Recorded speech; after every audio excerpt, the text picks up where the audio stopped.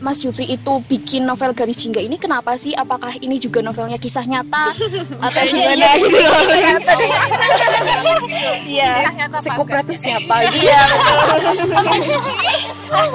Sebenarnya awalnya hanya sebagai random terkait setting waktu dan tempat, karena ketika saya pulang lagi ke Banyumas banyak tempat yang berubah, dan saya pikir banyak yang ingin melihat posisi Banyumas di era-era 90-an. Dan ternyata seiring perubahan wajah kota juga terjadi perubahan wajah budaya juga, perubahan wajah sikap. Ternyata budaya di masa saya dengan budaya di masa sekarang itu pun mengalami gradasi. Iya, betul. Terlepas baik sekarang atau baik kemarin, kita nggak bisa justifikasi itu, tapi memang ternyata ada sebuah perubahan dari wajah-wajah tempat itu, akhirnya merubah pola, baik itu pola pikir, pola laku, mungkin ada pola jiwa yang berubah juga. Cuma sedalam mana, sejauh mana masih abu-abu lah. Tapi jujur ini aku dari kemarin seneng banget. Aku ke tim itu seneng banget ketika ngedit naskahnya Mas Jufri. Nggak tahu kenapa, mungkin pertama karena kita senang nerbitin, ibaratnya ini penulis lokal ya, Banyumas gitu ya, dan sekali nerbitin naskah itu emang benar-benar berbobot. Aku yakin naskah novel yang Mas Jufri hadirkan ini emang sudah melalui proses yang lama, dan tentu ada proses mengendapkan dulu naskah itu sampai akhirnya terlahir sebuah karya yang bagus. Karena dari pemilihan katanya, aku yakin Mas Jufri pasti orang yang gemar membaca juga. Karena nggak mungkin seorang penulis diksinya bisa bagus banget kalau kita nggak bisa menabung kosakata dari membaca buku dan lain sebagainya. Nggak tahu, pokoknya aku kayak ikut bangga aja gitu loh. Di Banyumas tuh ada yang, soalnya rata-rata Omera kan memang yang nerbitin buku itu emang penulis pemula, dan mereka lebih kayak gimana ya, sorry to say, tapi mereka kayak lebih yang instan, menerbitkan karya tapi instan, tidak melalui proses bertahun-tahun, mungkin dengan melakukan riset atau dia peka dengan lingkungan sekitar, kemudian itu menjadi sesuatu yang dia pikirkan, kemudian dia tulis dalam sebuah tulisan, terus diendapkan dulu, baru akhirnya memutuskan untuk diterbitkan. Karena aku yakin naskah Garis Jingga ini ketika udah terbit, kayak kemarin aku bilang, ini naskah berlebihan juga enggak, kurang juga enggak, tapi ini emang bener-bener porsinya itu bener-bener pas gitu. Walaupun memang ceritanya itu kayak percintaan gitu ya. Kita kalau misal kita ibaratnya penulis pemula yang maksudnya mungkin kosakatanya masih sedikit dan segala dari segi kosakata masih sedikit, pasti cara penyampaiannya beda gitu. Ibaratnya ini kan ibaratnya kurun ceritakna percintaan remaja, tetapi itu dari penyusunan kalimatnya, penggambaran suasana, dan bagaimana Mas Jufri menggambarkan di tahun 90-an itu sampai sekarang, itu bagus banget sih menurut gue. Nah jadi gitu Mas, kan kebanyakan emang di Omera Pustaka itu kan bisa dibilang mereka tuh instan. Dia maksudnya tidak melewati proses yang menurutku cukup lama, mungkin cuma 3 bulan 2 bulan terus dia berani nerbitin naskah gitu. Tapi karena ya memang menurut Mas Jufri bagaimana sih maksudnya proses dari tahun ke tahun sampai mengendapkan dulu naskah itu dan akhirnya diterbitkan, apakah itu penting atau memang sebenarnya untuk melahirkan karya yang berbobot itu cukup lah ya, dari nulis baik tinggal nulis aja 3 bulan 2 bulan habis itu diterbitkan gitu. Jadi pertanyaan yang sangat menarik ya, maksudnya itu pun menjadi pergumulan pemikiran saya selama puluhan tahun, dalam artian wacana sastra itu memang harus dibangun dari kita harus mempunyai lumbung literasi yang mencukupi untuk ketika kata pun tanpa banyak literasi yang kita makan, otomatis kita tidak akan bisa memamah biak kata-kata yang sekiranya apa ya, puitika tapi tidak menuntut banyak pemikiran, walaupun puitis tapi gampang dicerna. Itu yang menjadi PR panjang memang, bahwa apa yang ingin kita sampaikan dengan bahasa yang bagus itu bisa dicerna dengan mudah. Jadi kalau saya pribadi ada dua hal, bahwasannya ada manusia yang memang diberi anugerah untuk diberi anugerah memang mempunyai kedewasaan olah kata, tapi hal yang paling penting adalah keberanian memulai dan literasi yang banyak lah sebagai modal. Mungkin itu dalam artian keberanian menjadi kunci awal, bahwasannya nanti ketika satu karya dilempar ke pasaran terus akan diapresiasi seperti itu, akan diapresiasi oleh pembacanya, itu sudah menjadi hak pembaca, dan kita wajib dan patut untuk mendengar masukan dari mereka untuk lebih baik, untuk memperbaiki diri atau menciptakan karya yang lebih berkualitas. Betul. Menurut saya seperti itu.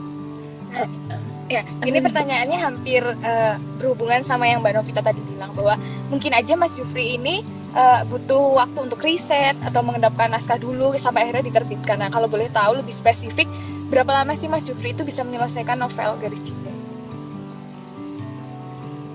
Hampir 22 tahun ya. Wow. Nah, tuh. Makanya aku bilang, tadi kan Mas Jufri bilang keberanian gitu ya. Berarti yang namanya keberanian tuh tidak harus tergesa-gesa kan dalam melahirkan sebuah karya. Karena memang kebanyakan aku jadi dari webinar-webinar yang sebelumnya, memang kegelisahan penulis ketika gimana ya Mbak pemilihan kata yang baik, gimana ya Mbak ngasih judul yang baik, kita bikin naskah gini-gini. Memang kuncinya cuma satu, membaca, udah gitu aja, ya nggak? Membaca, dan memang kalau melahirkan karya berani ya memang harus berani, tapi nggak boleh tergesa-gesa. Mas Jufri loh 22 tahun. Ayo. Gimana yang kalian bikin cerpen?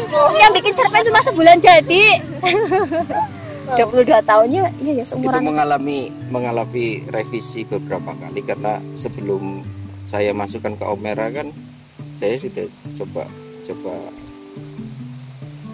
dibacakan ke teman-teman misalnya.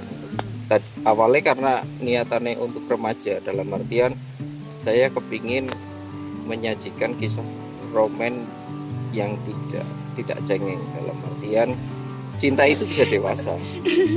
Jadi tidak menggunakan kata-kata yang cengeng, walaupun kata-kata itu sederhana tapi tidak terlihat cengeng, karena sebenarnya roman bisa dinikmati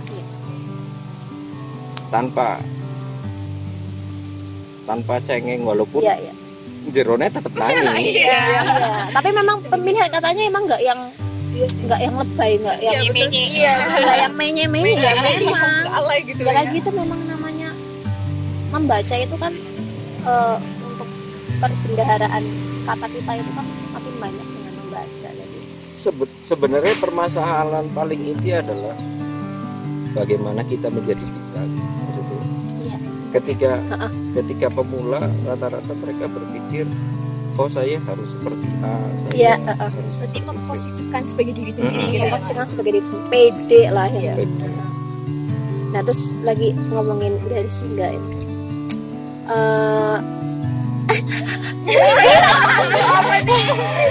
enggak, sebenarnya dia juga mengalami hal yang serupa. Iya, aku nggak tahu ya. Memang itu kan mungkin gaya pacaran tahun 90-an gitu, tapi kita jadi tahu. Apalagi yang ngambek gara-gara sebangku sama itu jujur aku mesem dewek karena saya juga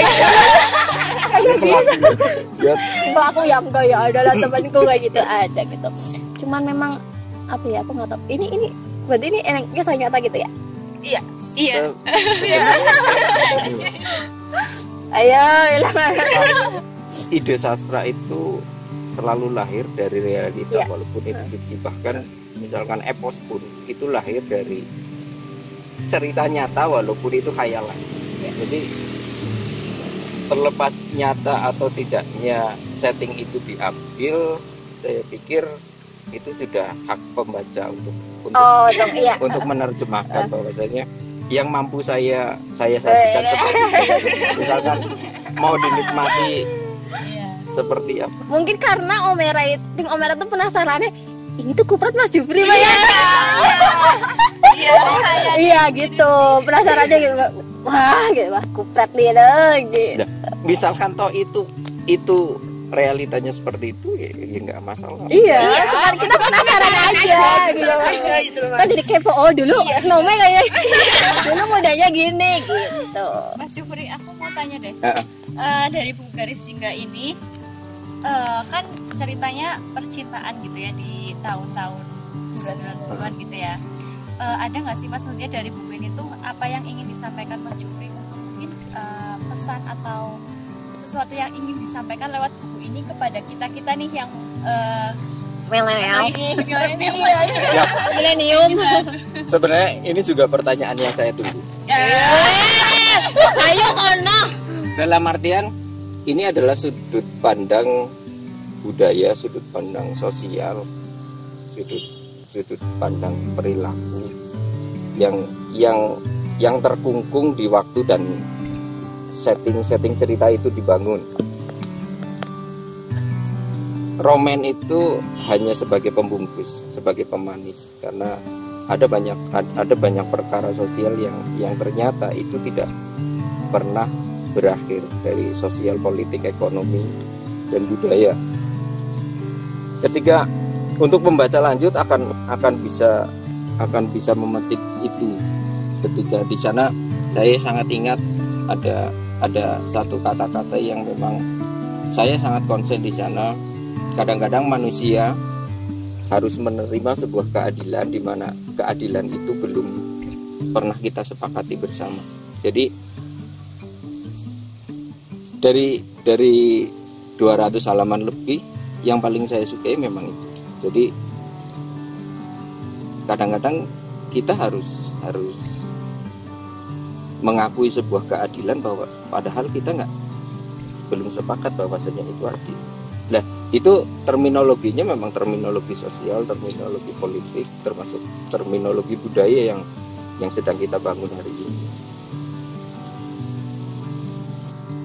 Ya, jadi ketika sekarang disrupsi teknologi informasi ya, ketika semua didengar cepat, dipikirkan pendek dan diucapkan secara latah, akhirnya memang kita kehilangan budaya literasi, baik itu baca, baik itu tulis, dan itu menjadi keprihatinan kita bersama bahwasanya ketika kita mendengar pendek, kita akan berkata cepat dan kita akan berpikir pun menjadi, pemikiran kita pun menjadi instan. Itu menurut saya. Jadi pengupayaan literasi di masa digital teknologi juga sebuah upaya kemanusiaan, karena menurut saya sastra menjadi salah satu dari banyak yang akhirnya memposisikan atau menelanjangi manusia itu dari kodrat utuhnya, yaitu kemanusiaan itu sendiri. Aja serius banget. Kita mencoba menelaah. Kami loading Mas. Mas Jupri ngomong apa ya? Oh ya. Karena budaya hedon akhirnya memaksa kita, maksudnya saya bajunya harus bermerek ini Merek Chanel, Zara. Itu misalkan terlepas ketika kita melepaskan baju kemanusiaan kita, ternyata rombeng, banyak bercak dan sebagainya, dan kita tidak mau mengevaluasi itu karena kita terjebak pada penampilan luar. Sedangkan buku dari zaman dulu sudah memberikan apa ya, peringatan atau quote lah naik baca sekarang bahwasanya jangan nilai manusia itu dari luarnya, don't judge the cukup baik cover. Makanya saya nggak membuat cover yang menarik. Oh ya, simple banget. Tapi aku suka Mas. Itu walaupun Aku pas lihat cover ini muncul di grup WhatsApp, aku langsung wih kayaknya padahal cuma gambar baru. terus-terusan garis jingga ya, tapi kayak Kayak kan kebanyakan rata-rata kan Omera cerah, terus rame gitu. Tapi aku yakin ini memang Sebenarnya shock terapi, karena mereka berpikir ketika saya membuat novel karena saya lukis, mereka akan berpikir covernya tuh yang bau itu gitu ya, Mas. estetik. ini shock terapi. Shock apa ya? Shock image lah, karena image yang ter-in-frame dengan akhirnya muncul yang out-frame. Di luar juga kan. Ayo. Makanya banyak yang bertanya, dan ini gitu. Tapi api tuh. Oh, ekspektasinya udah ini sih. Oke, Mas Jufri, ini terakhir ya. Apa pesan-pesan Mas Jufri atau harapan-harapan Mas Jufri kepada teman-teman atau pembaca Garis Jingga setelah membaca novel tersebut? Tunggu novel berikutnya. Ikuti pre-order kedua. Jadi sebenarnya Garis Jingga ini novel pembuka dari Pancalogi yang direncanakan. Jadi sebenarnya saya tidak menginginkan apapun atau mempunyai target apapun terhadap pembaca. Jadi karena pembaca punya hak menginterpretasikan tulisan tersebut, mengapresiasi tulisan tersebut berdasarkan personalitas mereka. Jadi nggak ada ekspektasi apapun. Yang jelas ketika novel ini diluncurkan, ya mereka berhak menilai, mengekspektasikan atau mengambil apapun dari sana. Nek novel kedua nanti ada. Nah, promo gitu tadi. Aku berharap jawabannya jangan lupa. Untuk novel kedua gitu. Jadi jika kalian kepingin bacaan yang lebih berbobot, karena nanti di 28 Oktober ada novel kedua dengan Garis Nila. Saya ambil di setting era reformasi 98 hingga 2003 mengenai idealisme muda, keaktivisan dan perkara sosial politik yang terjadi waktu itu. Walaupun sekali lagi saya memasukkan sisi romans sebagai pemanis. Itu bocoran sedikit. Tokoh yang di Garis Jingga masih ada nggak? Yang ada. cewek-cewek itu. Udah. Tapi si Kupret itu masih. Masih, cuma namanya sudah ganti loh. Oh, nah, benar. Tapi Vespa Merah masih ada di sini. Ketemu. Jadi tokoh utamanya memang Vespa Merah. Spoiler dikit. Spoiler sedikit. Jangan lupa nantikan Garis Nila. Tapi memang apa ya? Saya pikir itu patut, karena kita kehilangan narasi sejarah 98. Ya. Karena teman-teman milenial sangat tidak banyak yang tidak tahu apa yang terjadi, dinamika apa yang terjadi di keaktivisan dan sebagainya. Terus apa yang dipersoalan di masa-masa itu. Terus kenapa situasi saat itu dirubah, kenapa mahasiswa bergerak dan sebagainya, itu ada di situlah. Jadi banyak hal yang ingin disampaikan di sana. Ya, kita penasaran karena kita belum lahir ya 98 ya. Bolehnya 9 tahun ya. Sebenarnya kalian sudah apa ya? Karena bisa naskah kita hikmat saja. Tapi nanti ditunggu jadi bukunya aja Mas. Iya. Dengan sahabat ya. Ya nantilah tanggal 28 mudah-mudahan bisa launching seperti ini. Amin. Memang harus penutup. Yaudah. Langsung aja. Udah ya. Ya udah, pokoknya.